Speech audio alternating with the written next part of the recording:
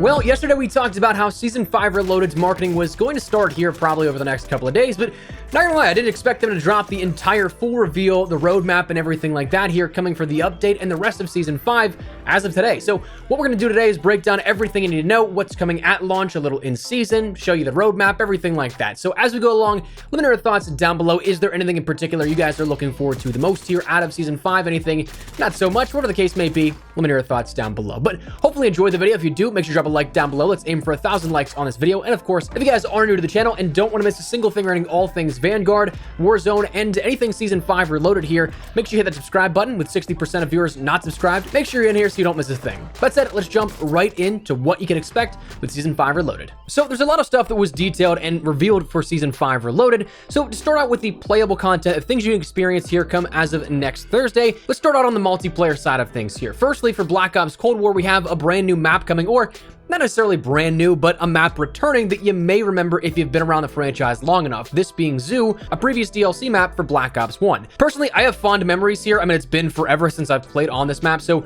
may feel brand new to an extent, but if you've been around here, it carries on the tradition that we've seen so far in Black Ops Cold War of restoring more so remastered maps here within the current technology and current game, so you'll be able to play around with that. Demolition is also returning here, a fan favorite game mode from way back in the day, and has kind of become an LTM of sorts over the last couple of years that we see every so often, but that's going to be introduced here with this update as well. On the zombie side, we have Armada as an Outbreak map. There's a new world event called the Black Chest and Outbreak, and there's a new reward for Onslaught for those that are on PlayStation 4 and 5 that take part in that. You can actually end up earning a brand new AK-47 blueprint, which isn't anything too special, but at the same time, it doesn't look bad. I'd go for it here. I might jump on the PlayStation 5 and end up grinding that out.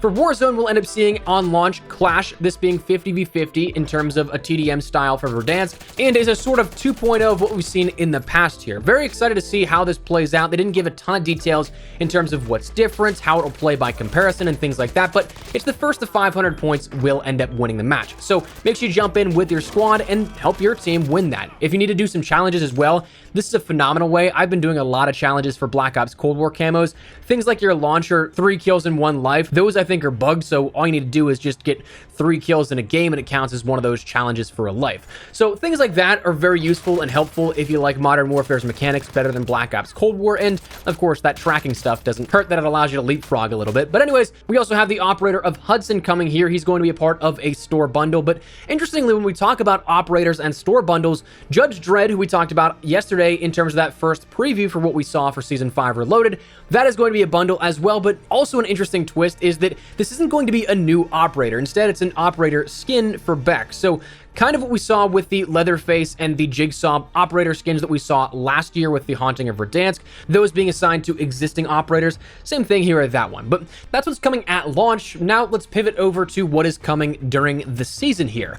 Probably the biggest thing here that we end up seeing out of this mid-season update, Season 5 Reloaded, is that of the numbers event that we've known about since the very beginning of the season. But interestingly, it's not coming at launch as of next week. Instead, it's held off until the 21st of September here. And if you're wondering why, yes, it's kind of a bummer we don't have this to jump into immediately, but I would absolutely wager this is to not take away from anything in regards to the beta for Call of Duty Vanguard. As you guys know, Vanguard has beta weekend 1 for PlayStation users as of next weekend, and then the weekend following is that of the PlayStation and Xbox and PC beta, with the tail end of that being open to everybody. So the main focus for COD, of course, is going to be getting feedback here for the upcoming game being playable for the players here, so they don't really want to take away from that. So it's delayed until just the end of that here. So while I'm incredibly excited to jump in and talk about Easter eggs and things like that that may come out of this, just like you may be interested in seeing that, unfortunately we got to wait a little bit longer. But the numbers event here will introduce a limited time reward stream like we've seen with all the other events up until this point: the 80s Action Heroes event, the Groundfall event, the Hunt for Adler event, the Rebirth event, and so on and so forth back until, well, this time last year. But this details that there's finally going to be purpose here for these mobile broadcast stations. There's one of 2 outcomes here that can happen with this. The first outcome is that you get an instant 2,000 cash bonus in the current match here, allowing you to get a little bit of utility right up front, or maybe save that for maybe like a loadout drop. But the second outcome is that you'll be rewarded with something from the numbers event here: a sticker, calling card, or charm,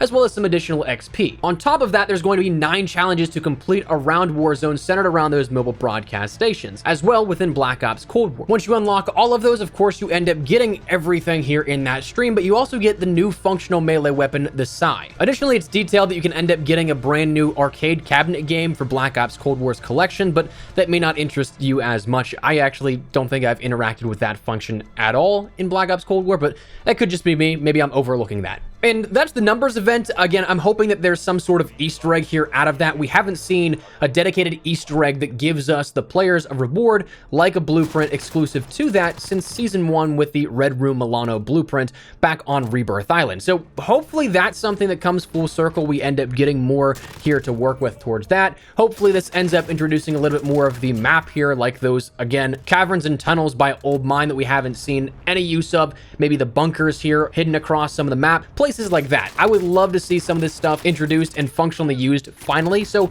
we'll see how that goes. But also in Warzone, we'll have the Iron Trials 84, which is a brand new mode within Warzone that is an interesting spin on things here. They say that it has health regeneration that is slower, but your base health is increased. You don't get a free loadout drop at the end of the first zone or start of the fifth off the top of my head like you normally do. You actually have to go to a buy station every single time you want to load out. If you go to the Gulag, that's open and you can still go there to fight your way back, but the emphasis is on pure 1v1 gun skill. No tactical equipment, semi-auto or full auto shotguns, and no akimbos. So if you win, you end up actually spawning back in with whatever weapon you used in that Gulag, carrying it directly with you back into the game.